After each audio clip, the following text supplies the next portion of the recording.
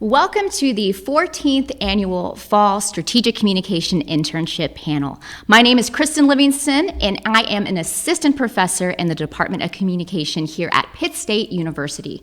Joining us today are four very ambitious students who have worked an internship experience and are going to share the details of those experiences with us today.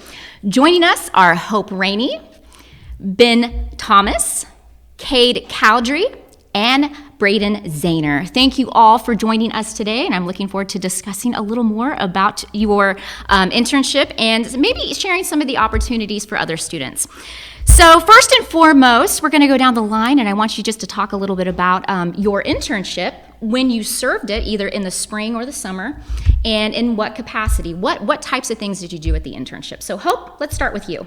Yes, my internship is with President Dan Shipp, and so I went through a nomination process to get to that internship, which is really exciting.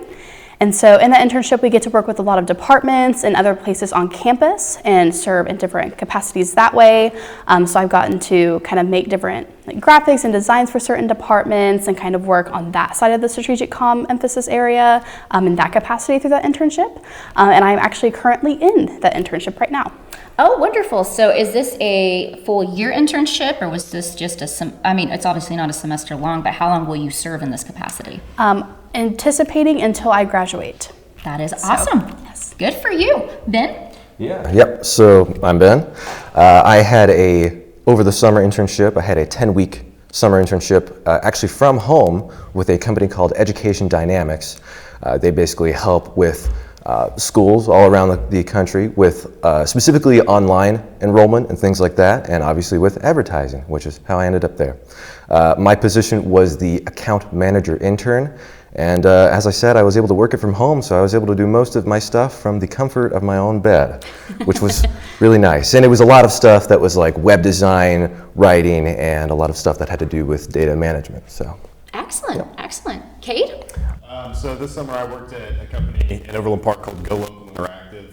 It's a full-service digital marketing agency that operates in verticals that are, just occupancy-based. So, senior living, storage, apartments, anything like that is basically what we operate in. And my job this summer was basically learning that process of how do we get in contact with those decision makers, how do we have those conversations with those people, as well as just the sales process in general of how that looks as a whole.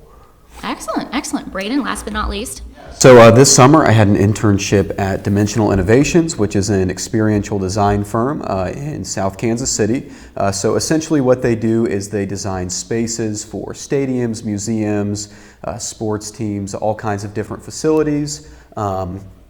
And they're not necessarily engineering or architecture or fabrication. They're kind of all of those things under one umbrella. So I was on their marketing team, which essentially meant I was working with a lot of copy on the website and also a lot of social media and other kind of promotional material and miscellaneous projects.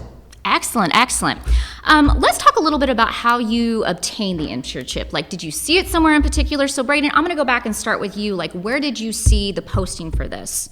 And how did you go about, the application process? Can you describe that a little bit for us? Yeah, so I kind of ended up at my internship in a bit of an unconventional way because I knew about it ahead of time, and I actually didn't submit an application when the posting went out. So I had a connection at that company that I had met through prior networking events. We had met for a couple cups of coffee, so we were, friends, and he actually mentioned like, hey, you should really apply for this position because I think it could be good for you, and we haven't quite found the right fit for it. So I thought, okay, that sounds like a great idea. I'm not going to complain about potential opportunities. So I went ahead and interviewed for it, did a little more research on the company and realized that I really am interested in what they're doing over there.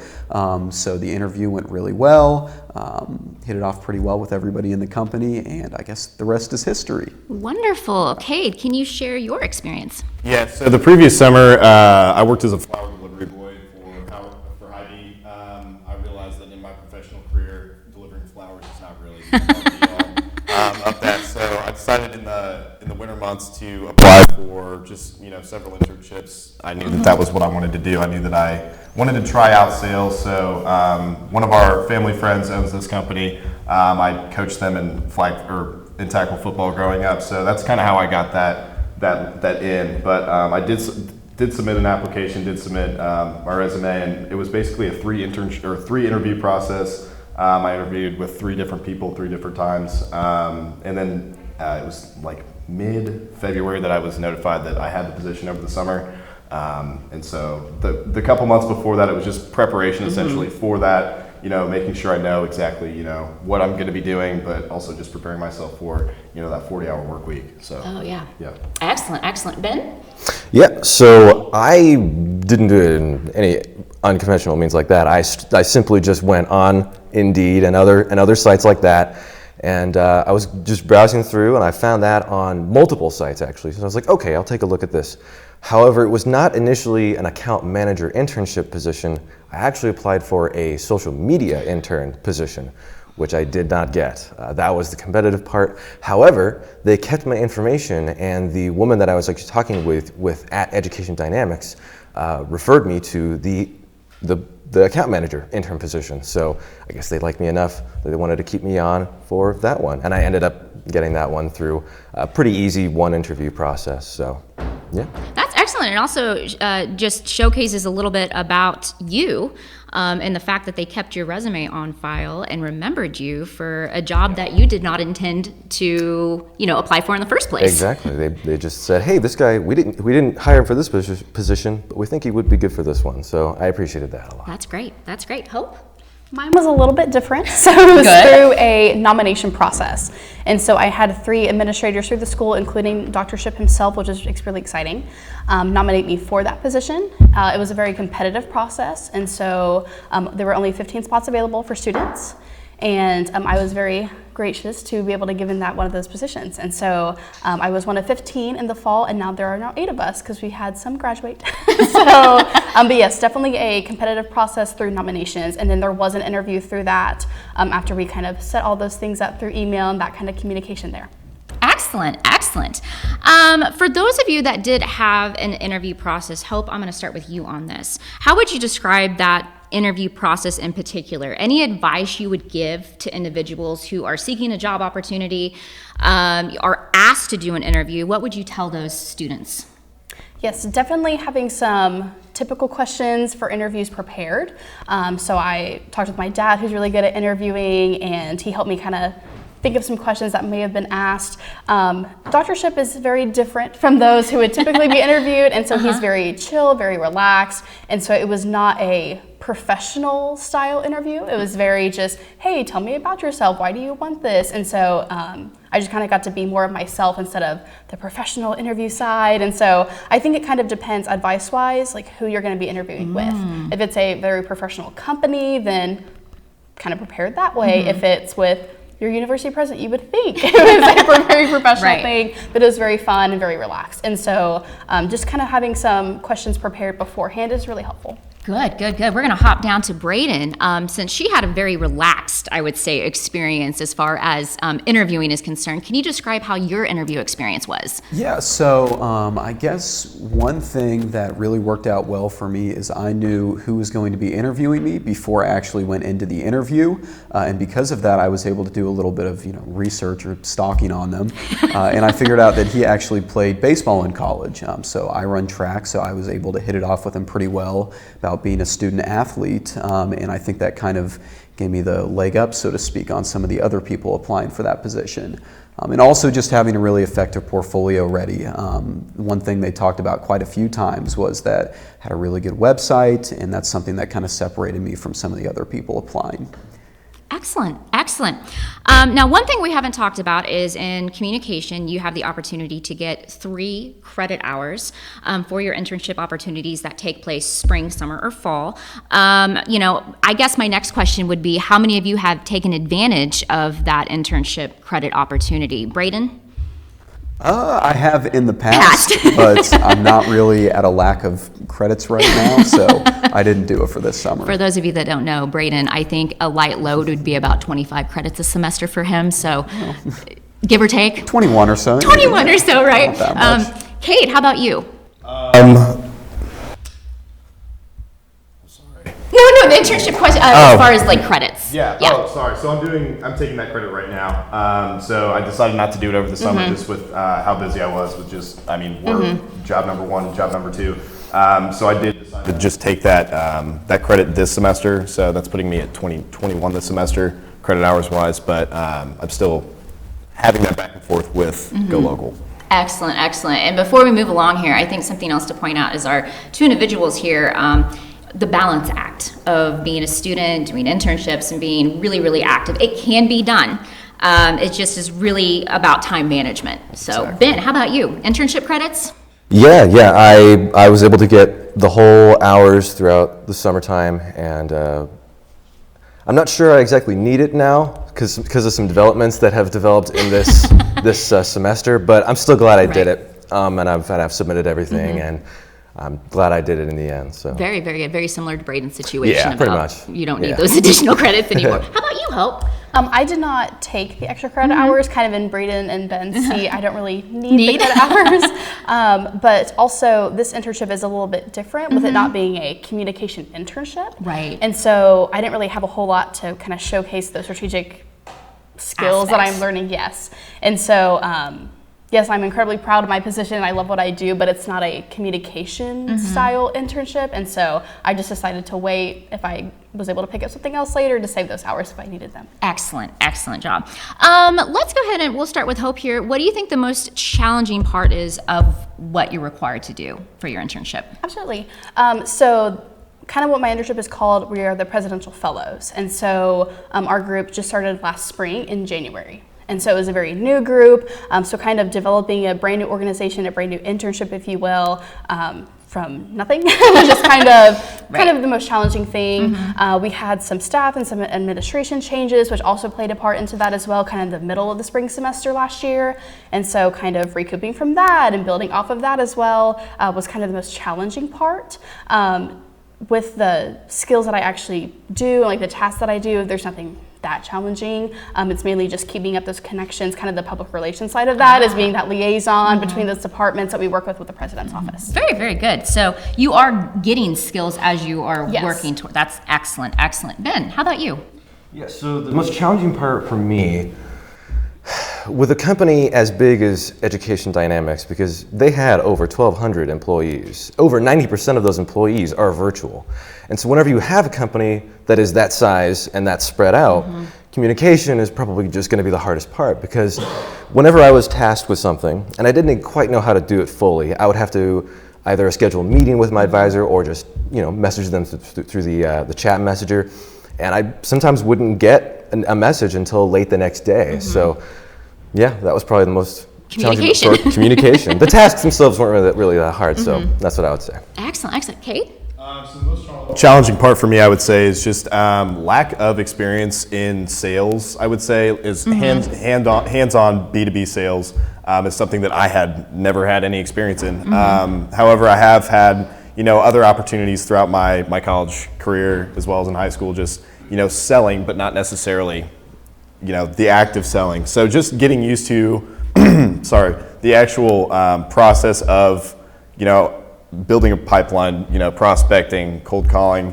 that type of thing is really important to learn. And that process isn't necessarily easy to learn, but if you do have good time management, then all of that is very possible. Excellent, excellent. Braden, how about for you? Yeah, for me, I would say it was probably, I guess, for lack of a better term, the grunt work. I think every internship is going to involve at least some aspect of stuff that isn't exactly fun. So for me, that meant competitive analysis, and that came in the form of spreadsheets, which I hate Excel. So that wasn't exactly a great time, but it is kind of part of the learning process. And I think, like I said, every internship is going to have a little bit of work that isn't necessarily fun, but it's almost like a rite of passage to kind of get into that company and that space. Right, so you got to start from the bottom, work your way up. Excellent, excellent.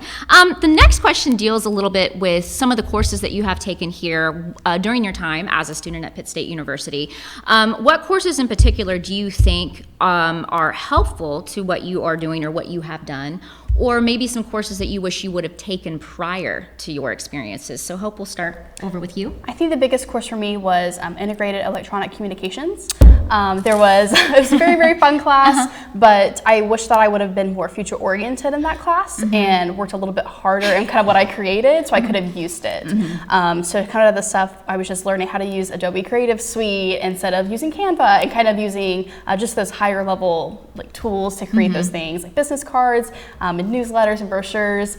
And so I'm actually partnering with Jamie Thayer in the Title IX office right now to help her kind of revamp the Title IX office and making a new brochure. And so I wish I would have had something like to base that off of that was a little bit more professional. And so I think kind of that class is kind of the one that stands out to me. But also the Intro to Strategic Communication class was very beneficial, kind of learning like partnership and team building and being able to create, logos and revives and kind of that practice as well. Excellent, excellent. How about for you, Ben? Yeah, so I would say the biggest class would honestly be the media writing class.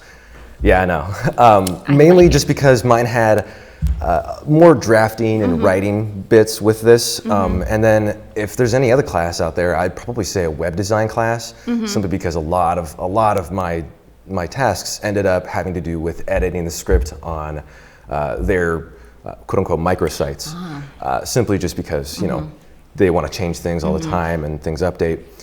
So, just learning how to use websites like Squarespace or WordPress really would have helped a lot. Not that I didn't need that experience, but it was still, if there was a class for that, that'd be amazing. Excellent, excellent. That's good, that's good. How about for you, Cade? Any communication classes? Yeah, so I just recently changed over my major last year to communications from business. And the first class that I took was strategic communications. That class to this day has helped me in all of my classes and over the summer, just, building a brand, having brand awareness, as well as just, overall just strategic communications. It's such a big umbrella that it covers, and everything that you learn in that class is applicable in everything that I do right now, as well as small group communication.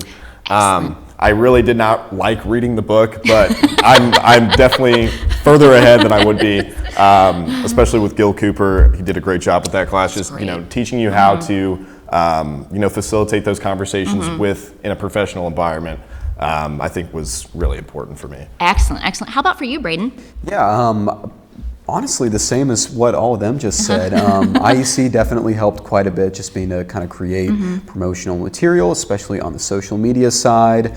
Definitely media writing and copy. I did a lot of copywriting in my internship, so that was pretty, I guess, necessary for me to be successful. And also, I would say case studies and strategic communications, because it kind of allowed me to take a step back from what I was doing on a daily basis and see, kind of the greater scope of everything that I was working on. Excellent, excellent. I think just to wrap this up a bit, let's go through and ask each of you any advice you have, last advice for students that are like, I want an internship, I don't even know how to get my foot in the door, where do I start? Just describe some of the resources that you have or had that helped you get your feet in the door, and what things particularly are important for getting that internship. So we'll hop around. We'll start with Cade first. We'll do Cade. So I originally, when I first went into this process of interviewing for Go Local, I didn't have a LinkedIn profile, which, that is very, very important nowadays to have that online presence. These are your accomplishments. These are what you're doing. Showing that you are actually involved is LinkedIn is like your Instagram, I guess, of your professional world. So just investing in that social selling, being able to sell yourself, that's LinkedIn. But as well as just being able to hold those conversations and be Yeah, very good. Yeah. Braden, last thoughts? So definitely network. If there are events that you can sign up for where you can meet people in the industry, even if it isn't necessarily the industry that you expect to go into, definitely attend those events. So, Spark KC, apply for scholarships. I actually met my connection through the KC Ad Club Foundation Scholarship, so I cannot recommend that enough. Just reach out to people, talk to people, even just over LinkedIn, say, hey, I noticed you do this at this company that I'm interested in. Would you mind telling me a little bit about your day-to-day work life? And they'll probably respond, and you could get some great information and a good connection out of that. So that, and also the portfolio, cannot undervalue the importance of that. Excellent. Ben? So it's honestly kind of a bit of a cliche, but it really is true. Confidence is key. This basically entails down to knowing what your strengths are and focusing on those. And even if you don't, whenever you're at an internship, you're there to learn. That title, being as an intern, tells everyone that they're there to help you, and you are there to grow. And basically highlight your strengths, and you'll eventually fall into it. So Excellent. And last but not least, Hope? I think something really important too is any experience is great experience. And so kind of like it's been mentioned a little bit, even if it's not in your exact degree path of what you want to do, any experience is great experience. And so wherever you can get your foot in the door, that's great. I think also looking through internships that you may be interested in, definitely checking out those qualifications and seeing if you match those. I know media writing and copy, we talk a lot about that. Like, well, if the qualifications aren't really your style, then that may not be the position for you, and that's okay. Because if that one isn't, that means someone else's. So I think definitely just looking for some kind of experience, but definitely double checking those qualifications. Perfect. I want to thank each of you for taking time out of your incredibly busy schedules to share your experiences with us today. And I hope our lovely studio audience will take a thing or two away. Also our viewers as well, about some of the opportunities that exist in the field of communication. So thank you for joining us today. My name is Kristen Livingston from the Department of Communication here at Pitt State University, and we will see you next fall.